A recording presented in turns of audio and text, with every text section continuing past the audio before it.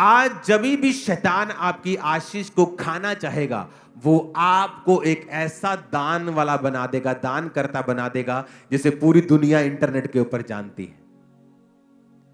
और ये इसलिए है क्योंकि शैतान आपकी आशीष को खाना चाहता है। जब भी शैतान आपको देखता है कि आप अच्छे हैं, वो मेक श्योर करेगा कि आप कहीं ना कहीं से वचन को ब्रेक करें, ताकि आप पूरी आशीष परमेश्वर से ना ले सकें। मैं न्यूयॉर्क में एक चर्च में था। न्यूयॉर्क टाइम्स स्क्वायर दुनिया का सबसे महंगा एरिया है, और मैं वहां पे गया और एक वहां पे चर्च में जो हेड है वो मेरे क्रूसेड के ऊपर थे, और वहां पर जो चर्च के हेड हैं उन्होंने मुझे इनवाइट किया कि आके आप आएंगे। मैंने कहा मैं क्यों नहीं आऊंगा। वो चर्च को जब हमने अंदर गए, हम इनवाइटेड थे, वहां हमने देखा तो वो चर्च के बारे में बताया कि आज उस जो चर्च की वैल्यू है वो 900 करोड़ रुपए है। और आप इमेजिन करो, जिस चर्च को खरीदा गया वो एक पोर्नोग्राफिक थिएटर था। वहां गंदे काम होते थे, लाइव नंगी लड़कियां वहां पे नाचती थी। और एक यहूदी बिजनेसमैन आया और उसने कहा मैं ये थिएटर को खरीदना चाहता हूं, और उस थिएटर को उसने अरबों में खरीदा, एक चर्च को दान दिया, और सब गंदा काम एक दिन में बंद करवा दिया। और सुनो मेरी बात, आज तक उसकी फोटो नहीं पता कि वो व्यक्ति कौन है। वो कौन है? उस पास्टर ने मुझे बताया कि थोड़े दिन पहले यहां पे लोग आए थे और उन्होंने इस चर्च की वैल्यू को बताया कि हम आपको 800-900 करोड़ रुपए देने के लिए तैयार हैं। 900 करोड़! आप इस चर्च को छोड़ दो। जब वो चर्च थिएटर से चर्च में कन्वर्टेड हुई तो वहां पर फिर लॉ बना दिया गया कि अब कोई भी चर्च नहीं बनेगी थिएटर से। वो इतना बड़ा मुद्दा वहां पे बन गया था। वो आज टाइम्स स्क्वायर की ओनली चर्च है जो हर टाइम ओवर भरी रहती है, क्योंकि टाइम्स स्क्वायर में हर जगह जाने के लिए आपको डॉलर्स लगते हैं आपको, लेकिन वो चर्च फ्री सर्विस, जब कहती है फ्री सर्विस, लोग बहुत आते हैं वहां चर्च में वचन को सुनने के लिए। और आज तक उसका डोनर कौन है किसी को पता नहीं, कहीं उसकी फोटो नहीं लगी। लेकिन हमें चाहिए होता है अगर हमने 50,000 रुपए दिया, पत्थर पे नाम लिख के हमारा चर्च में लग जाए। ये देखो चर्च आ गई सामने। ये वो हॉल है जहां हम गए थे। इसके आसपास ऊपर नीचे बहुत से हॉल्स, बहुत से ऑफिसेस, बहुत सी इसमें और भी चीजें हैं इस हॉल में। वेरी ब्यूटीफुल, बहुत शानदार, जबरदस्त। और यहां पर एक भी जगह आपको मालूम नहीं होगा कि किसने। और इमेजिन करो, एक बिजनेसमैन आया और उसने परमेश्वर के नाम के लिए इतना बड़ा काम कर दिया। जो बड़े बिजनेसमैन हैं उनका मकसद अपनी एनजीओ खोल के चैरिटी करना नहीं होना चाहिए, क्योंकि उसमें लोग आपको जानते हैं, आपकी फोटो जानते हैं, आप जानते हैं। इसलिए परमेश्वर ने चर्च सिस्टम को बनाया कि जब आप चर्च में बोते हैं, लोग नहीं जानते हैं कि वो पैसा जिनकी मदद हो रही है, जो मेडिकल जिनके ट्रीटमेंट चल रहे हैं, यूनिवर्सिटीज की फीसेस जा रही हैं, बच्चों की स्कूल फीसेस जा रही हैं, जो अनाथ बच्चे भी मैंने गोद लिए हुए हैं, आपको शायद नहीं मालूम होगा, वो भी आप जब बोते हैं उन्हीं पैसों से उनकी सेवा हो रही है। तो जब आप बोते हैं तो वो एक सीक्रेट मिशन बन जाता है। इसलिए परमेश्वर ने चर्च व्यवस्था शुरू की कि हर एक व्यक्ति चर्च में पैसों को लाता था, और चर्च में एक कमेटी बना के उन सभी पैसों को लोगों की बेहतरी के लिए काम कर दिया जाता था। तो आज इस चीज से बच के रहना है। अगर आप फाइनेंशियली ब्लेस्ड हैं, मेक श्योर कि चर्च के बड़े से बड़े कामों के लिए आप आगे होने चाहिए। यह है परमेश्वर का एक्चुअल प्लान आप लोगों के लिए। यह है परमेश्वर का मास्टर प्लान आप लोगों के लिए। तो अब हमें यह बात रखना है कि क्यों परमेश्वर कहता है प्रार्थना करो तो कुंडी लगाओ और गुप्त में करो।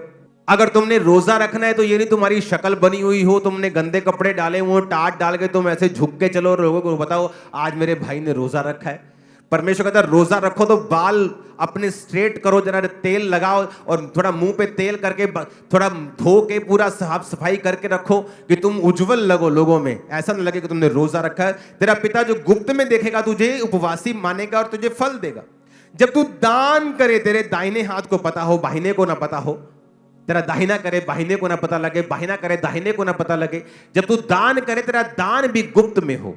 अगर आप उन लोगों की हिस्ट्री देखेंगे जिन लोगों ने ओपनली आकर और बताया है कि मैं दानी हूं, आप देखेंगे उनकी रेपुटेशन एक समय में आकर बहुत खराब हो जाती है। उसका उनको कोई फायदा नहीं होता है।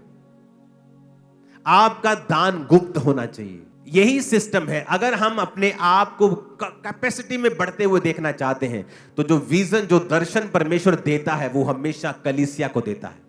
वो परमेश्वर ऑर्डर का परमेश्वर है। आप कभी बाइबल में बताओ जब परमेश्वर ने मूसा को भेजा कि किसी विश्वासी से परमेश्वर ने बात की हो और मूसा से ना की हो? कभी नहीं। परमेश्वर का एक ऑर्डर था, ठीक है मैं मूसा को ठहराता हूं, मैं मूसा से बात करूंगा, मूसा तुमसे बात करेगा, ये मेरा ऑर्डर है। उस ऑर्डर के बाहर जब भी आप जाएंगे आपको हमेशा निराशा मिलेगी। एक कपल मुझसे मिलने के लिए आए, पास्टर थे और उनकी वाइफ थी, और पास्टर ने डाइवोर्स फाइल कर दिया अपनी वाइफ के खिलाफ। जब उनसे मैं मिला तो मैंने जब उनको देखा तो वही ऑर्डर के खिलाफ चलना।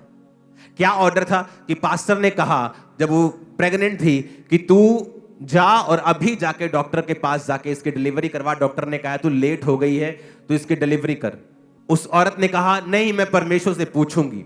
जब बात हुई तो इसका रीजन ये था कि वो उसकी जो मम्मी थी औरत की, वो उसको गाइड करती थी बहुत, और वो अविश्वासी थी। तो उसने कहा प्रभु से मैं पूछूंगी। और जब उनके बेटा नहीं था, बेटियां ही थी, जब वो लेट हो गई औरत तो वो जो बेबी बॉय था पेट में वो मर गया, उसकी डेथ हो गई। और जब वो मुझसे मिले तो मैंने कहा कि जब तेरा हस्बैंड इस बात को कह रहा है जा, तो तुझे पता है कि ये उसकी नहीं, ये परमेश्वर की आवाज है तेरे लिए। क्योंकि परमेश्वर का ये ऑर्डर है कि वो आदमी के जरिए एक हाउस होल्ड से बात करेगा। औरत को जो आदमी ने बनाया है वो कभी मेंटेन नहीं कर सकता, औरत उसको मेंटेन करके रखती है।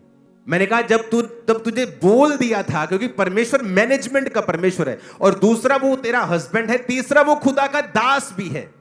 और जब वहां पे चीज ब्रेक हुई तो शैतान ने काम किया। तो मैंने उन्हें काउंसल करके भेजा, और मैं आशा करता हूं वो एक हो गए होंगे, जल्दी गवाही के लिए आएंगे। आमीन।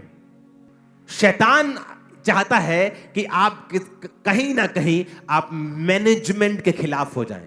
मूसा ने एक औरत से शादी की और लोग उसके खिलाफ हो गए क्योंकि वो वचन के खिलाफ था, या दूसरी जाति की वो थी, या कुछ रीजन इसका हो सकता है। परमेश्वर ने कहा अगर मूसा ने गलती की, तुम्हें किसने ठहराया कि तुम मूसा की इंसल्ट करो? और मरियम कोड़ी हो गई। तब उनको समझ आया कि जो परमेश्वर ने ठहराया है आप उसका विरोध नहीं कर सकते, क्योंकि ये उसके मैनेजमेंट का, उसके सिस्टम का विरोध होगा। जब भी परमेश्वर आपको ब्लेस करता है वो आपको मैनेजमेंट के नीचे रखता है।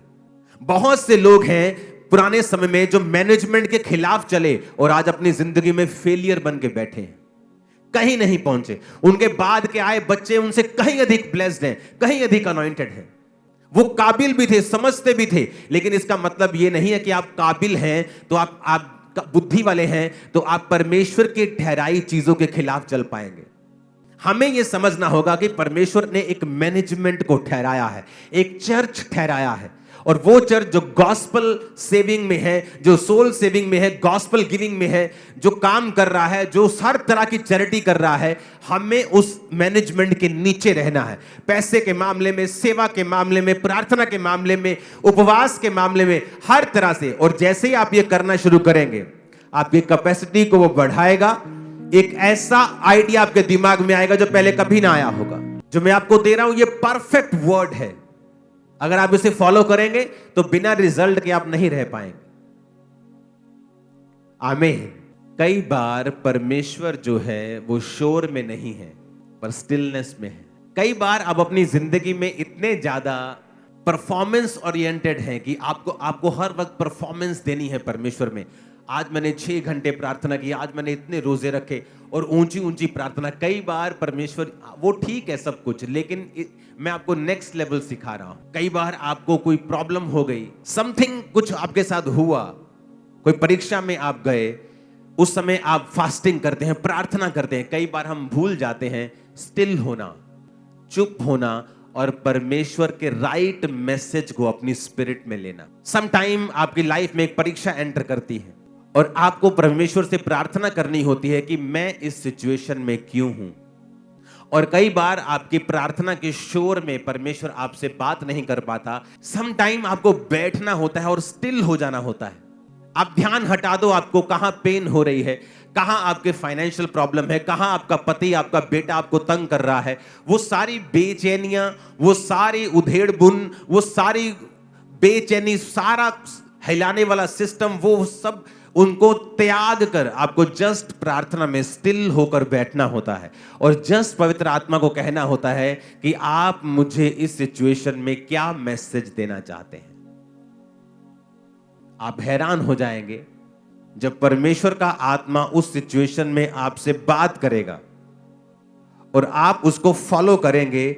आप अपने आप को नेक्स्ट लेवल पे देखेंगे जो आपने पहले कभी नहीं देखा। आप कई बार इतने बेचैन होते हैं प्रार्थना में और आप अपनी लाइफ की इन चीजों में कि आप भूल जाते हैं कि आपको परमेश्वर कई बार स्टिल जब आप होते हैं, जब आप काम होते हैं, तो परमेश्वर कई बार आपसे बात करता है फिर, और आप प्रार्थना कर रहे हैं, परमेश्वर तू जानता है मेरी उम्र 35 साल की हो गई, मैं अभी तक शादीशुदा नहीं हूं, देख सारी लड़कियों की शादी हो गई, परमेश्वर सारे मुंडिया का ब्याह हो गया, परमेश्वर मेरा कदों होएगा, परमेश्वर कदों तू। और कई बार हम इतने बेचैन हो उठते हैं कि हम भूल जाते हैं कि हमें स्टिल होना है और स्टिल होकर, शांत होकर वेट करनी है शांति में। हमें प्रार्थना करनी है, आप ऊंची या कम ऊंची जैसी भी करें, लेकिन आपका जो हार्ट है वो स्टिल होना चाहिए और ये आपकी कैपेसिटी को बढ़ा सकता है। आप स्टिल नहीं हो सकते जब तक आपको परमेश्वर के ऊपर भरोसा नहीं है, जब तक आपको उस पर एब्सोल्युटली आपको ट्रस्ट नहीं है परमेश्वर के ऊपर कि मेरी लाइफ में जो कुछ भी हो रहा है उसमें पूरा पूरा परमेश्वर मेरे साथ है। ये फाइनेंशियल ट्रबल, ये फिजिकल ट्रबल, ये सेहत की मुश्किल, इसमें मेरा परमेश्वर मेरे साथ है।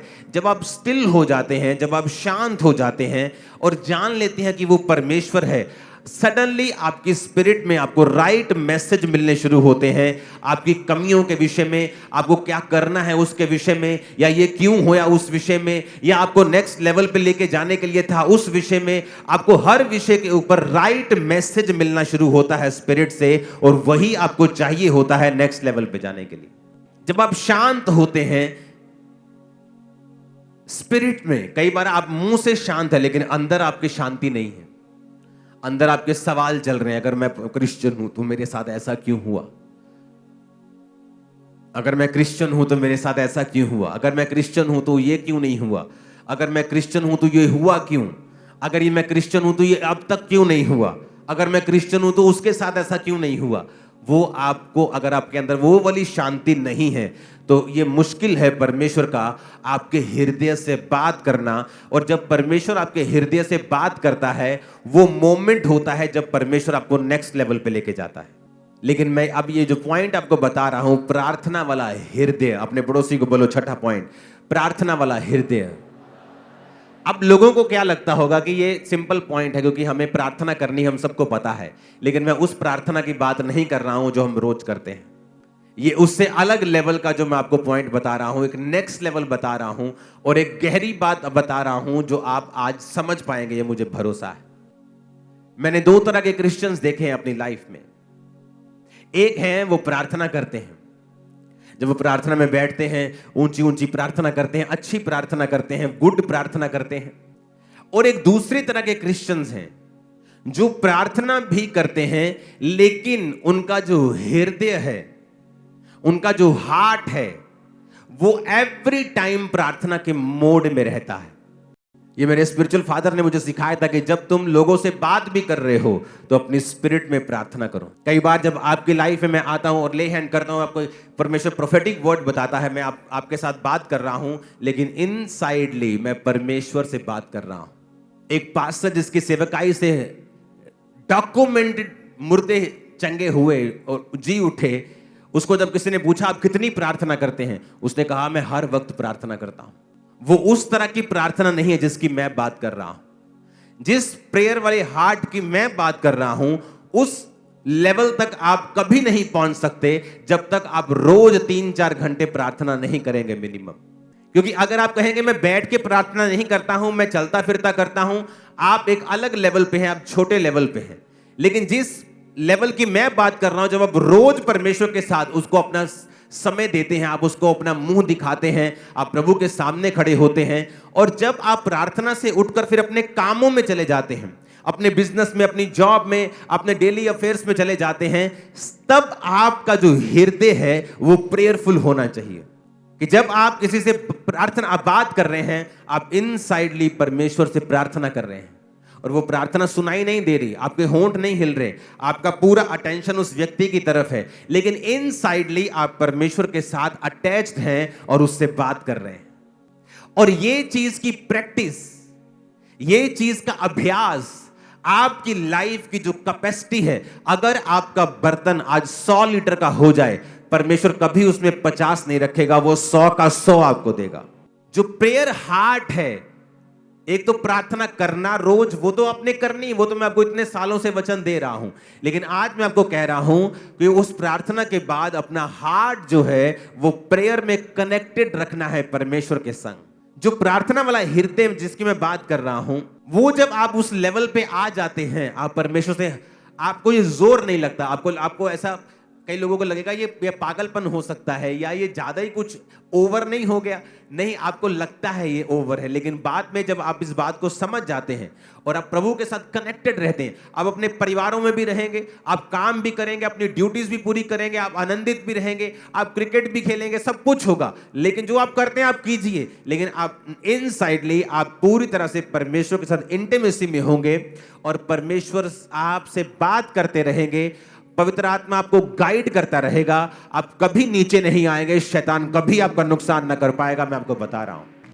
और ये पॉसिबल है, ये पॉसिबल है कैसे? वचन के साथ कनेक्टेड रह के। अब यहां पर जब वो प्रार्थना करता है तो क्या कहता है? प्रभु तेरे वचन में लिखा है। आज किन लोगों को शैतान धोखा देता है? जो वचन में नहीं, जिनको वचन की नॉलेज नहीं है, जो ये नहीं जानते कि परमेश्वर के वचन में अगर लिखा है, आप उसके लिए प्रार्थना कैसे कर सकते हैं? अगर आपको पता है व्यभिचार पाप है, आप प्रार्थना कैसे कर सकते हैं कि प्रभु अगर तेरी इच्छा है तो? प्रभु तो पहले बता चुका है ये पाप है, ये व्यभिचार है। और जब हम वचन के साथ अटैच नहीं रहते हैं, हम बाइबल के साथ जुड़े नहीं रहते हैं, तब शैतान के पास मौका होता है हमें मिसगाइड करने का और हमारी लाइफ में से उन ब्लेसिंग्स को खत्म करने का और हमें गलत रास्ते में लेके जाने का। और उसके बाद जब वो गलत रास्ते में जाते हैं तो वचन कहता है उसका परिणाम नाग दोना सा कड़वा है। क्या कोई हो सकता है कि छाती पर अंगारे रख ले और उसको जले ना? फिर वो परिणाम होगा ही होगा, इसमें कोई शक नहीं। शांत रहना, अपने स्पिरिट को अंदर से शांत रखना और अपना ध्यान परमेश्वर की ओर लगाना। और दूसरा, प्रार्थना वाली स्पिरिट और हृदय रखना, वो प्रार्थना वाला हृदय जो परमेश्वर के साथ कनेक्टेड हो और परमेश्वर के साथ जुड़ा हुआ हो। जब आप परमेश्वर के साथ कनेक्टेड होते हैं, फिर आपको फिर फेसबुक से डाटा लेकर प्रोफेसी करने की जरूरत नहीं पड़ेगी। आप किसी के सामने बैठे हैं और आप जब उनसे बात कर रहे हैं, आप अंदर परमेश्वर के साथ कनेक्टेड हैं और आप अंदर परमेश्वर से पूछ रहे हैं कि परमेश्वर इस व्यक्ति के बारे में मेरे ऊपर जानकारी तू शेयर कर, जाहिर कर। आप अंदर से प्रार्थना कर रहे हैं और आप उनकी बात भी सुन रहे हैं और सडनली परमेश्वर का आत्मा आपसे बात करता है। मैं उस इंटीमेसी की बात कर रहा हूं जो आप सड़क पे चल रहे हैं और अंदर से आप परमेश्वर के साथ कनेक्टेड हैं। आप प्लेन में हैं और प्रभु के साथ कनेक्टेड हैं। आप सिर्फ उस समय कनेक्टेड नहीं है जिस समय आप प्रार्थना कर रहे हैं, और प्रार्थना करने के बाद फिर आप पूरी तरह से वही कर रहे हैं जो संसार कर रहा है। मैं उस तरह की बात नहीं कर रहा हूं। मैं आपको जो वचन दे रहा हूं, ये आपके बर्तनों को, आपकी कैपेसिटी को इतना बड़ा कर देगा कि आप उस लेवल पर रह ही नहीं सकते। आपको नेक्स्ट लेवल पे जाना ही जाना है, इसी साल जाना है। आमीन। खुदा ने कहा जब तू प्रार्थना करे तो जा और अपने द्वार को बंद करके कुंडी लगाकर प्रार्थना कर, तेरा पिता जो गुप्त में देखता है तुझे प्रार्थना का उत्तर देगा। जब तू उपवास करे तो जा और अपने सिर को तेल मल के अपने मुंह को धो कि तेरा मुंह उतरा हुआ ना हो, ताकि तेरा पिता, बाइबल कहती जब प्रेरितों के काम की कलीसिया शुरू हुई, 120 लोगों के ऊपर जब पवित्र आत्मा उतरा और परमेश्वर का वचन पूरा हुआ कि जब तक प्रतिज्ञा पूरी ना हो, पवित्र आत्मा ना उतरे, तब तक यरूशलेम में मेरी बाट जोहना। जब कलीसिया की शुरुआत हो गई तो कलीसिया जब स्टार्ट हुई, जब कलीसिया के खर्चे शुरू हुए, तो वचन कहता है कलीसिया के लोगों ने अपनी अपनी प्रॉपर्टी बेचकर प्रेरितों के पांव के ऊपर उस पैसे को रखते थे और वो उस पैसों से पूरी कलीसिया के काम को चलाते थे और सारी सेवकाई को वो करते थे। आमीन।